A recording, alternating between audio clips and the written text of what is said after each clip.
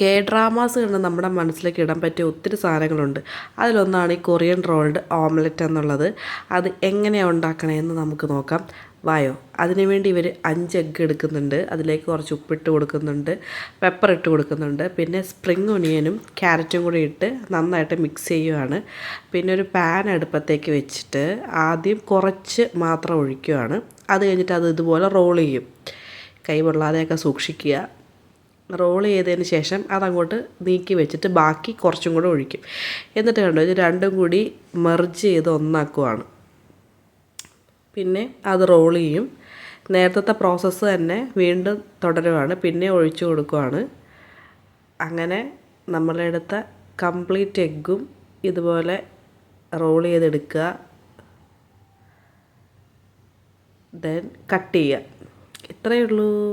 കൊള്ളാമല്ലേ? നല്ല അടിപൊളി ഡിഷ് കിട്ടി. നിങ്ങൾക്കിത് ഇഷ്ടമായിട്ടുണ്ടെങ്കിൽ സബ്സ്ക്രൈബ് ചെയ്യുക. ബൈ.